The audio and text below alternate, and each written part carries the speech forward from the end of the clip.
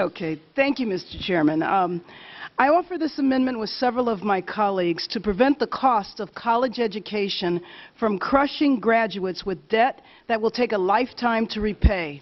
This July, the interest rates on a subsidized Stafford student loan are set to double from 3.4% to 6.8% if we do not act and seize the opportunity now.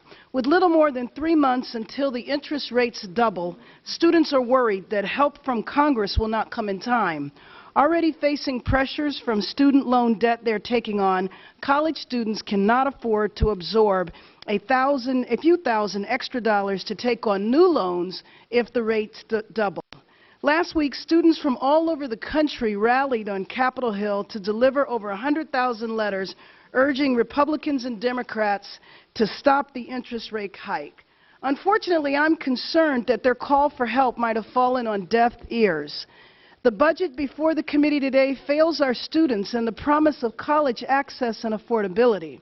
The budget clearly doesn't do anything to stop the interest rates on subsidized student loans from doubling in July.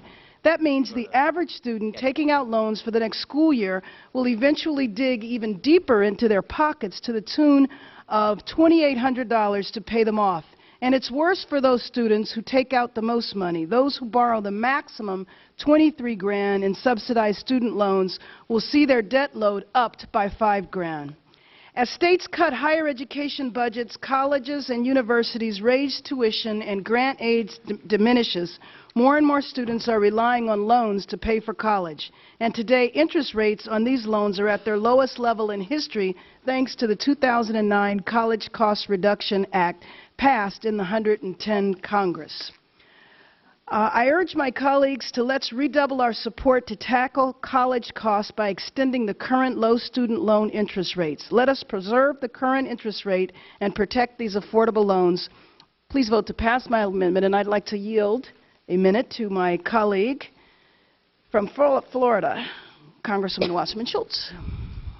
Thank you, Ms. Bass. This amendment will provide critical relief to college students by preventing need-based student loan interest rates from doubling on July 1st, 2012. As a member of Congress and as a parent, I'm committed to improving, like we all should be committed to improving, college affordability for all students. America's college students are already in debt. The average student faces more than $25,000 in loans upon graduating.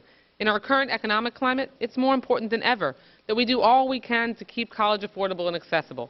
This amendment asks us to make a choice between investing in America's students or continuing to shell out tax breaks to the big 5 oil companies.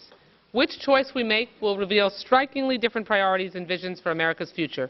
On behalf of the thousands of college students in my congressional district and in this country, I urge my colleagues on both sides of the aisle to support this common sense amendment.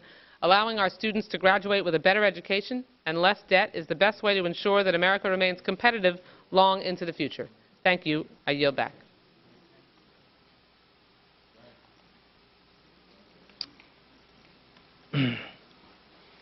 Mr. Amash. Thank you, Mr. Chairman. 5 minutes. Yep. For the last few hours, it seems like we've been debating various versions of the same amendment. Amendment after amendment has been offered to increase federal funding on the Department of Education.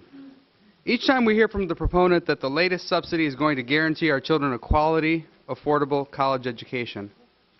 I bet if I sat in this very chair 10 years ago, I would have heard the same thing. If I'd been sitting here 10 years ago, or 20 years ago, or even 30 years ago, I would have heard a similar argument. Now, if I were here 30 years ago, I would have heard the debate, but I'm not sure I would have understood much of it because I would have been 1 year old. But putting that technicality aside, here's what I would have heard. A well-meaning congressman would have stood up and argued for a new spending program for post-secondary education, or a new tax credit aimed at making college more affordable for the middle class. But instead of a more affordable college education, the price of college has increased at double the rate of inflation for the last 3 decades. This begs the question, where have all of those billions of tax dollars gone? There's a good argument that university administrators, insulated from market forces such as parents' incomes or students' future earning potential, have not needed to be as focused on spending each tuition dollar efficiently. We cannot keep taxing the American people and running up the federal tab to hand money to university administrators. It encourages the kind of tuition spiral we've seen over the last 3 decades. And in the end, it makes college education less affordable, not more affordable for the poor. Instead of one-year gimmicks, which are meant to score political points more than to solve the college affordability problem, we need to reform our federal education programs. We need to simplify the more than dozen different federal credits for tuition.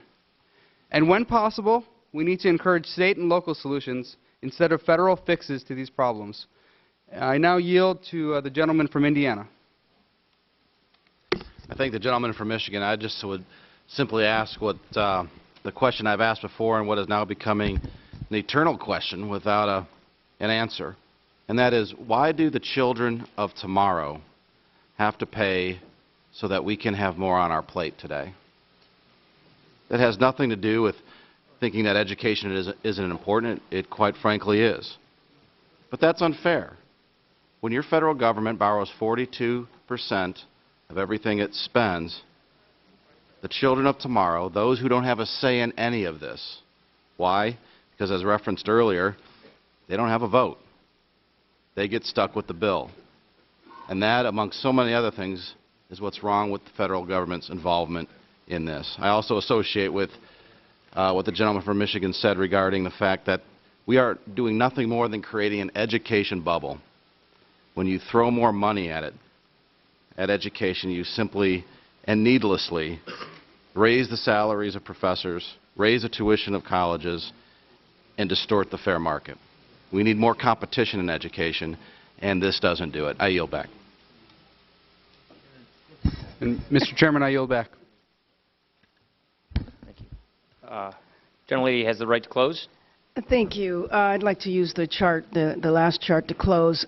You know, my colleagues on both sides of the aisle, I really think that this is the responsibility of our generation, and I wonder, my colleagues who have kids that are in college, exactly how they're meeting this challenge. I can't imagine this is about paying university professors more. This is about kids who graduate college today, who essentially are burdened with debt that was equal to what a mortgage would be a couple of decades ago. And it's not as though this is not paid for. We do have an offset for this, and I just think it's unconscionable that this generation would not allow the younger generation to go to college. I ask my colleagues for an aye vote. Thank you. The vote is on the question is on agreeing to the amendment offered by the gentlelady from California. Those in favor say aye. Aye. Those opposed say no. No. Opinion of the chair, the noes have it. Looking for a recorded vote. Roll call.